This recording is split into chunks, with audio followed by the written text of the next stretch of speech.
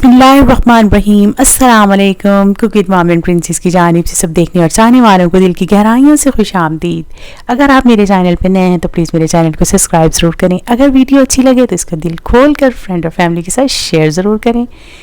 बना के ज़रूर ट्राई करें, कमेंट्स करके फीडबैक दें और थम्स अप करना नहीं आपने भूलना। और सबसे अहम बात, बेल के बटन को ज़रूर प्रेस करें, उससे नोटिफिकेशन ऑन हो जाएगा और आपको मेरी हर आने वाली वीडियो सबसे पहले मिलेगी। शुक्रिया। अल्लाह सुब्हानहू व तआला हमारे खानों में बरकत दें, हमारे हाथों में जायका दें। आमीन अल्लाहुम्मा आमीन या रब्बुल आलमीन।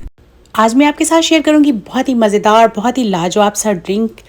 हमने क्या बनाना है, मैंगो मिल्क शेक। आजकल मैंगो का सीज़न भी है तो बच्चे बड़े सब इसको बहुत पसंद करते हैं और ये बहुत ही ज़्यादा मज़े का बनता है। मैंगो तो वैसे भी फलों का बादशाह है, तो चलें हम इसको और भी मज़े से बना के इंजॉय करते हैं। सबसे पहले मैंने लिए हैं 2 मीडियम साइज़ के मैंगो हैं, उनका छिलका उतार लिया, इस तरह से क्यूब्स काट लिए हैं, गुठली निकाल ली है।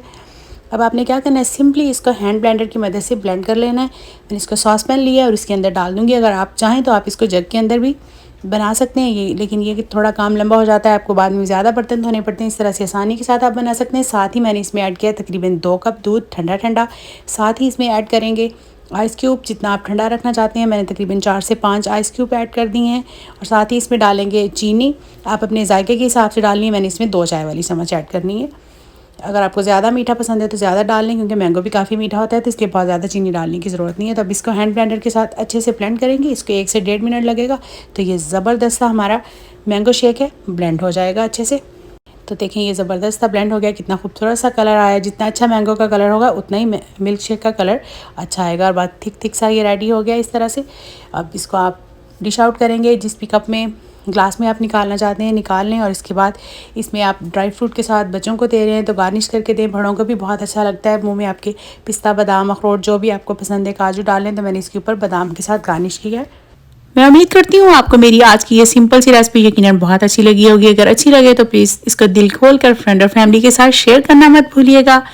बना के ज़रूर ट्राई कीजिएगा, कमेंट्स करके फीडबैक दें। अगर कोई क्वेश्चन हो तो कमेंट्स में आप पूछ सकते हैं। चैनल पे नए हैं तो प्लीज़ चैनल को ज़रूर सब्सक्राइब करें और थम्स अप करना नहीं है आपने भूलना। आप सबने मुझे अपनी खुसूसी दुआ में याद रखना है। इंशाल्लाह फिर मिलती हूँ नेक्स्ट वीडियो में, तब तक के लिए रब रखा। अस्सलाम वालेकुम रहमतुल्लाहि व बरकातहू। बहुत सारी दुआओं और नेक तमन्नाओं के साथ।